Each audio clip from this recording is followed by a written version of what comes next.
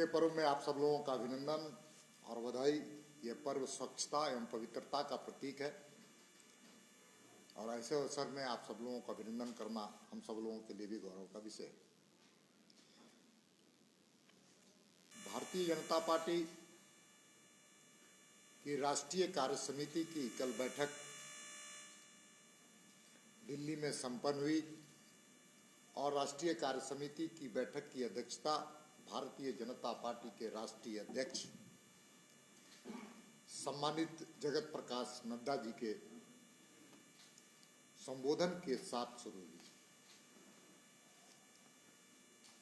माननीय राष्ट्रीय अध्यक्ष ने पूरे देश के वर्तमान राजनीतिक परिस्थितियों के बारे में, साथ ही कोरोना के कालखंड में पार्टी के कार्यकर्ताओं की भूमिका के बारे में और कोरोना की लड़ाई में भारत की सरकार, भारतीय जनता पार्टी के नेतृत्व वाली सरकार, एनडीए की नेतृत्व वाली सरकार, नरेंद्र मोदी जी के द्वारा किए हुए कामों की भी विस्तृत चर्चा उसमें उन्होंने किया और आत्मनिर्भर भारत, नया भारत और नए भारत को बनाने में मोदी जी की भूमिका के संदर्भ में व्यापकता से उन्होंने चर्चा किया और मात्र 278 दिन के अंदर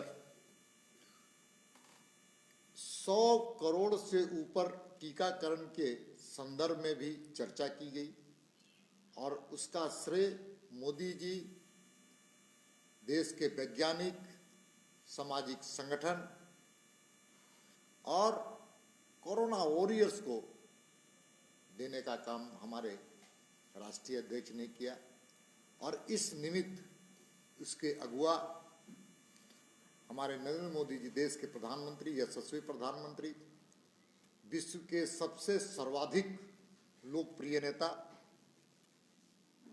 नरेंद्र मोदी जी को जितने वहां पर उपस्थित पूर्व राष्ट्रीय अध्यक्ष थे, सब लोगों ने उनका अभिनंदन किया और उनको सम्मानित करने का भी काम किया।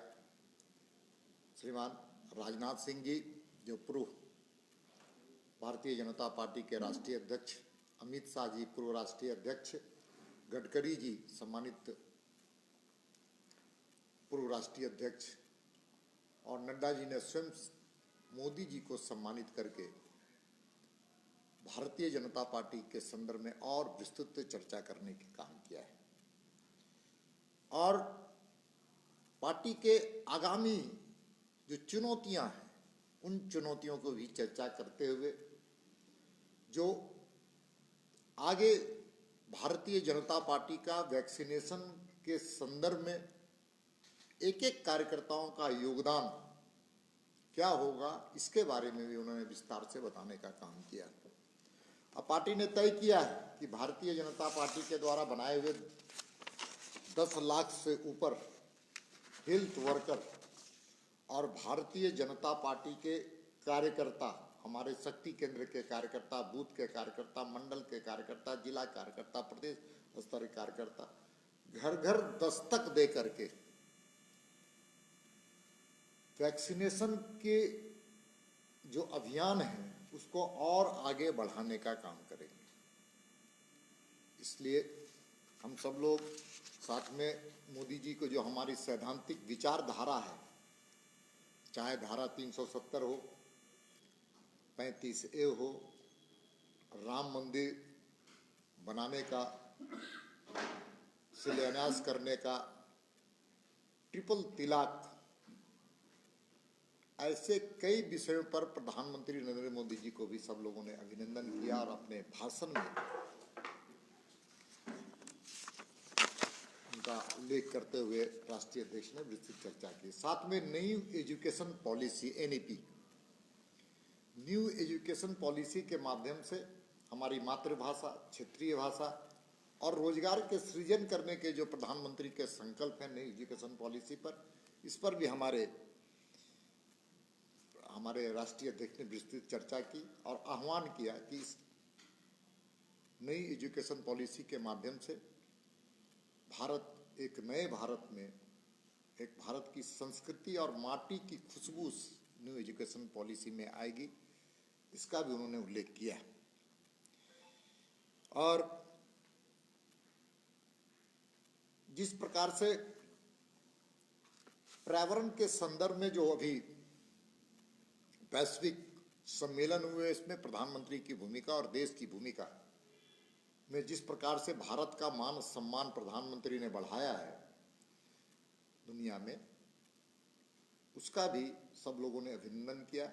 और देश को मजबूत करने के लिए, सशक्त और बनाने के लिए और निर्णायक नेतृत्व देने के लिए प्रधानमंत्री जी को भी अभिनंदन हमारे पार्टी के राष्ट्रीय कार्य समिति में हो।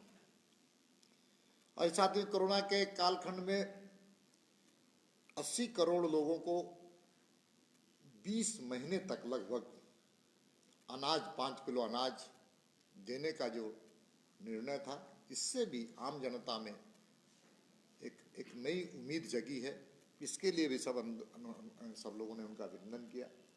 अब सबको जानते हैं कृषि का बजट 2014 में मात्र 23 लाख हजार करोड़ था। मात्र जब भारतीय जनता पार्टी की सरकार बनी तो उस वक्त एग्रीकल्चर सेक्टर में 23 लाख हजार करोड़ रुपए के बजट थे। अब प्रधानमंत्री श्री नरेंद्र मोदी जी की सरकार में इस बजट में 1,23,000 करोड़ रुपए, तो ये एक बड़ा बजट आया है। और बजट के माध्यम से कृषि सम्मान निधि योजना, किसानों के आय को दुगना करने का जो संकल्प है, उसमें भी सब लोगों ने। और हम सबको जानते हैं कि पश्चिम बंगाल के हिंसा के बारे में भी, चुनाव के बाद जिस प्रकार से हिंसात्मक घटनाएं घटी हैं, पार्टी उसकी निंदा करती है। और आने वाले समय में हम डेमोक्रेटिक सिस्टम से, प्रजातांत्रिक तरीके से वहां पर और तेजी से काम करेंगे और उस राज्य में फिर अमन शांति लाते हुए कमल खिलाने का भी हम सबके संकल्प वहां पर लिया गया है। इसलिए राजनीतिक प्रस्ताव भी इस संदर्भ में एक लाया गया। और राजनीतिक प्रस्ताव में हम सब लोगों ने वहां पर राज्य की परिस्थितियां, देश की परिस्थितियां और देश की परिस्थितियों के साथ राजनीतिक प्रस्ताव में कई ऐसे बिंदुओं पर भी हम चर्चा की गई। देश की आर्थिक अर्थव्यवस्था कितनी तेजी से अच्छी हो रही है, उस पर भी चर्चा की। दुनिया के अंदर भारत का मान सम्मान किस प्रकार से बढ़ रहा है, उसकी चर्चा की। कोरोना के कालखंड में हम कैसे भारत बहुत तेजी से आगे बढ़ा है, स्वावलंबी और आत्मनिर्भर भारत बनने का भी किस प्रकार से सरकार ने काम किया, इस पर भी राजनीतिक प्रस्ताव में चर्चा। एक विषय हम सब लोग जानते हैं कि राजनीतिक प्रस्ताव में किसानों को डीबीटी के माध्यम से कैसे 1.55 लाख करोड़ रुपए सीधे उनके खाते में जाने का काम हुआ, इस पर भी राजनीतिक प्रस्ताव में चर्चा की गई। कुल मिलाकर के राजनीतिक प्रस्ताव में देश को मजबूत करने के लिए हम कैसे हमारी भूमिका हो, और विपक्ष की नकारात्मक राजनीति का भी उसमें उल्लेख किया गया है। किस प्रकार से कोरोना के कालखंड में जो वैक्सीन के संदर्भ में मोदी वैक्सीन कहते थे, लोग कोई भगवा वैक्सीन कहता था, इन सब का जवाब देश की जनता ने देने का काम किया है। और इसलिए इस कार्य समिति पूरी तरह से एक सफल कार्य समिति, और एक हम कह सकते हैं कि पूरे से ध्वनि, उस कार्य समिति के ध्वनि से साफ प्रतीत होता है कि आने वाला समय भारतीय जनता पार्टी मोदी जी के नेतृत्व में, जगत प्रकाश नड्डा जी के नेतृत्व में हम लोग मिलकर के काम करेंगे। एक हमारे राष्ट्रीय अध्यक्ष के भाषण में झारखंड का भी उल्लेख हुआ है, और झारखंड के बढ़ती हुई नक्सल घटनाएं, अपराध और महिलाओं के बलात्कार, ऐसी कई चीज़ों पर भी चिंता व्यक्त हमारे राष्ट्रीय अध्यक्ष ने किया है, और आह्वान किया है कि पार्टी के कार्यकर्ता वहाँ पर बहुत और तेजी से वहाँ पर इन चीज़ों के खिलाफ लड़ने का भी काम कर रही है, आगे भी करेगी। इसलिए हम सबको जानते हैं, इसलिए हम पार्टी के कुछ कार्यक्रम भी हम सब लोगों ने तय किया है कि 25 दिसंबर तक सभी बूथों की बूथ कमेटी बनाने का भी निर्णय पार्टी ने केंद्र में लिया है।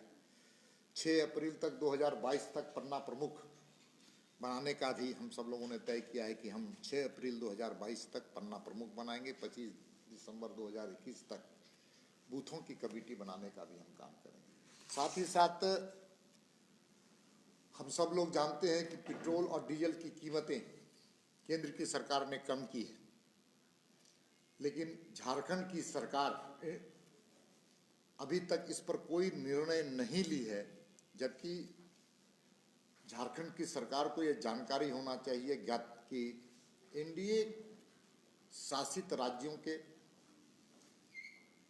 जो मूल्य है वहाँ पर पेट्रोल और डीजल के मूल्य वो कम हुई है। दुर्भाग्य से ये राज्य की सरकार जन विरोधी सरकार है और जन विरोधी सरकार के खिलाफ भारतीय जनता पार्टी ने तय किया है कि जब तक पेट्रोल और डीजल की दाम कम ना होंगे तब तक भारतीय जनता पार्टी का कार्यकर्ता आंदोलन और तेजी से बढ़ाने का काम करेगा। हमारी ओर से इतनी बात थी। आप सब लोग कुछ न पूछना चाहते हैं?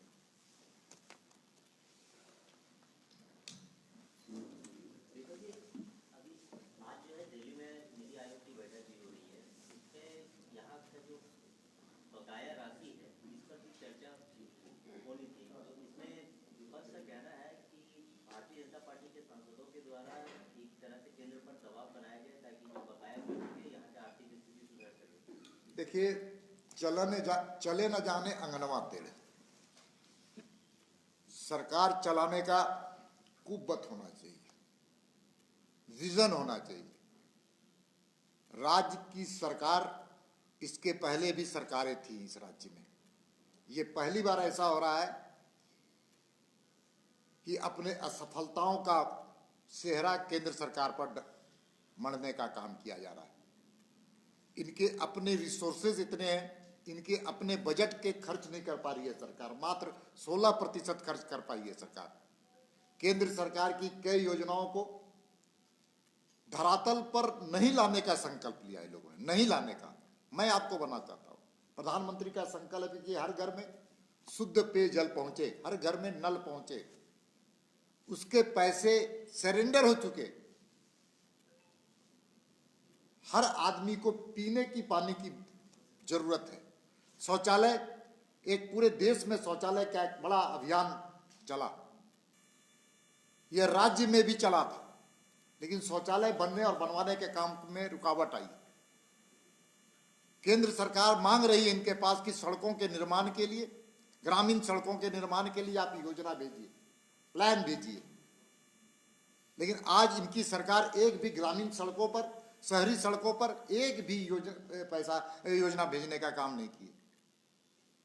स्मार्ट सिटी पर, स्मार्ट सिटी का पैसा केंद्र सरकार के द्वारा दिया गया है और जो जगह मंत्रियों के लिए आवास बनाया जा रहा है उस स्थान का उपयोग स्किल के लिए, स्किल डेवलपमेंट के लिए, रोजगार देने के लिए, वहां पे स्किल डेवलपमेंट के लिए वो स्थान आवंटित किया गया था। स्किल डेवलपमेंट के माध्यम से लोगों को रोजगार मिलेगा। इस राज्य की दृष्टि क्या है, शासन की दृष्टि क्या, मैं उसका उदाहरण दे रहा हूं आपको। ये सरकार को विचार करना चाहिए कि सत्ता में जब आई है तो कम से कम आधारभूत संरचना, पानी, बिजली, सड़क, शिक्षा, चिकित्सा और कानून व्यवस्था, इस पर सुधार किया जाए। 2 साल हो चुके हैं लगभग, 2 उपलब्धियां इनके पास नहीं है। 2 उपलब्धियों को बताएंगे कि मेरे कार्यकाल में एक पुलिया का निर्माण हुआ है, मेरे कार्यकाल में ये सड़क बना है, मेरे कार्यकाल में हॉस्पिटल बना है, मेरे ये कार्यकाल में सड़कों, स्कूल खुला है, चिकित्सा का सेंटर खुला है। एक भी उदाहरण दे। कोरोना का बहाना नहीं चलेगा। देश की आर्थिक अर्थव्यवस्था फिर दौड़ने लगी है। अन्य राज्यों में विकास के काम तेजी से बढ़ रहे हैं। इसलिए केवल एक ही बात मैं पूछना चाहता हूं, बकाया केंद्र सरकार की बकाये की बात करना चाहते हैं। यूपीए शासनकाल पहले था ना इसी देश में 2014 तक, उस वक्त भी तो पैसे बकाए थे। उस वक्त कौन था शासक? कांग्रेस था। जो कोयला मंत्री के पास बकाये की बात कर रहे हैं, उस वक्त कौन? शिबू सोरेन के कार्यकाल में कितने पैसे बकाए थे? उस वक्त भी तो कोयला मंत्री शिबू सोरेन जी थे। ये बहाना नहीं चलेगा जनता से। जनता आउटपुट चाहती है, काम चाहती है, इन बहानों से आप जनता को भ्रमित करने का काम मत कीजिए। आपके पास सत्ता है, सत्ता का माध्यम, सत्ता और विकास का माध्यम बनना चाहिए। सत्ता के द्वारा विकास होना चाहिए, रोजगार के सृजन होने चाहिए, हॉस्पिटल खोलने चाहिए। बहुत दुखद है स्थिति। आप बताइए, एक भी हॉस्पिटल खुला है क्या 2 साल में? एक स्कूल खुला है क्या? कोई सड़क का निर्माण हुआ है क्या? जो बिजली पहले 18 घंटा 20 घंटा आते थे, बिजली की हालत चरचराई हुई है, झरमराई हुई है। डीवीसी को दोष दे रहे। अरे पहले आप अपना ऊर्जा विभाग का जो विभाग है जिससे बिजली का द्वारा सप्लाई की जाती है, वहां भ्रष्टाचार का बोलबाला है। वहां बिजली के बारे में कम विचार होता है, बिजली के खरीद और बिक्री के बारे में, टेंडर के बारे में ज्यादा विचार हो रहा है। बहुत बहुत धन्यवाद।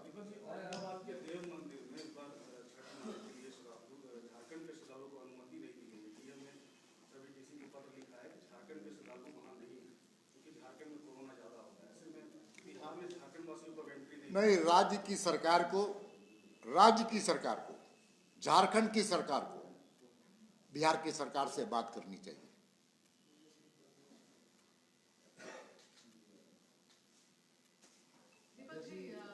कांग्रेस के प्रवक्ता राजीव रंजन ने कहा है कि बीजेपी जो है सब श्रेय लेना चाहती है, काम भी करना है, इसलिए लोग सब श्रेय दे रहे, काम नहीं करती है। मैं तो कह रहा हूं कि एक भी बता दे, मैं उनको श्रेय देना चाहता हूं। मैं उनको एक काम वो बता दे, मैं उनको श्रेय दे दूंगा। 2 साल में एक काम, मैं कांग्रेस को भी श्रेय दे दूंगा। एक काम बता दे सरकार के द्वारा कि हमने ये काम किया कि 20 किलोमीटर सड़क का निर्माण हमने किया, हम श्रेय दे देंगे, हम माला पहना देंगे उनको। लेकिन अगर नहीं किया, उसका दोष तो उनको सर पे जाएगा ही। एक काम मैं माला लेकर खुद पहुंचा पहनाऊंगा, एक भी 20 किलोमीटर सड़क बनाओ तो।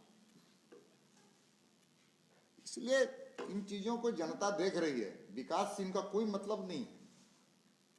समाज के ताना बाना को तोड़ने के लिए बैठी हुई सरकार। अध्यक्ष जी, राष्ट्रीय कार्य समिति के बारे में एक संस्था का नाम आपने सुना होगा, आनंद मार्ग। एक संस्था का आपने नाम सुना होगा, आनंद मार्ग। हाँ, केवल बाबा नाम केवलों भी कहा जाता है। तो भाजपा भी क्या उसी रास्ते पर बढ़ रही है?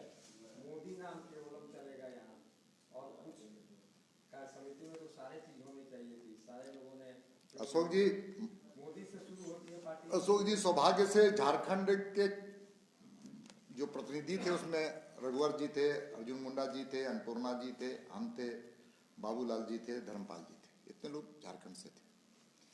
हम तो पूरे कार्य समिति में पूरे समय तक तन्मयता के साथ उसमें शामिल थे। इस देश को कैसे आगे बढ़ाया जाए, देश को परम वैभवशाली कैसे बनाया जाए, देश फिर से कैसे विश्व गुरु बने, इसकी चर्चा हुई। ये कोई परिवार का पार्टी नहीं है, यहाँ परंपरा की पार्टी है ये। और इसलिए मोदी जी के जहां तक संदर्भ है, भारत नहीं दुनिया मोदी मोदी कह रहा है। भारत की तो बात छोड़ दीजिए। और नए सर्वे जो आए, नए सर्वे, अशोक जी मैं आपको इंगित करके, मैं रिक्वेस्ट करके बोल रहा हूं, नए सर्वे आए, नए सर्वे, उस सर्वे में दुनिया का सबसे सर्वाधिक लोकप्रिय नेता विश्व का, भारत का नहीं, नरेंद्र मोदी हुए। नरेंद्र मोदी जी हुए, अपने काम के कारण हुए, देश को आगे बढ़ाने के कारण हुए। धन्यवाद। अध्यक्ष जी, बंगाल पर आप लोगों की चर्चा हुई कार्य समिति की बैठक में, और वहां चुनाव के बाद जो हिंसा हुआ, उस हिंसा के कारण बहुत सारे लोगों का बीजेपी से छोड़कर दूसरी पार्टी में, टीएमसी वगैरह में जाने का हुआ। उन लोगों के मन में कैसे भरोसा आप लोग जगाएंगे? देखिए, समय का इंतजार कीजिए। बंगाल महर्षि अरविंद का है, बंगाल स्वामी विवेकानंद का है, बंगाल सुभाष चंद्र बोस का है, और बंगाल भारत के संस्कृति का द्योतक है। इसलिए बंगाल में भी कमल खिलेगा।